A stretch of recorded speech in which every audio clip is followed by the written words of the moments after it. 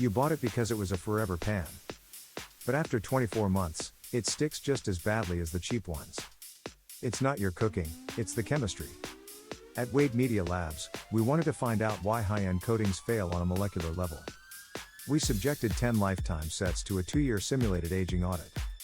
We used accelerated life testing, combining cyclic thermal stress with chemical exposure.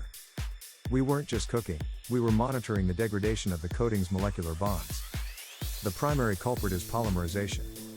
Over time, microscopic layers of oil carbonize and bond to the coating, creating a permanent, sticky gunk that no amount of cleaning can remove.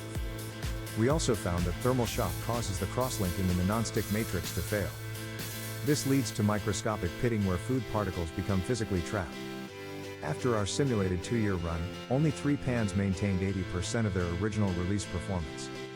For the rest, the Forever Promise was a victim of basic material science. A pan can only last as long as its chemistry allows. In the workshop of the kitchen, understanding your equipment is more important than the marketing on the box. See the full chemical breakdown, the microscopic wear logs, and our 3 long-haul survivors at cookwarescout.com.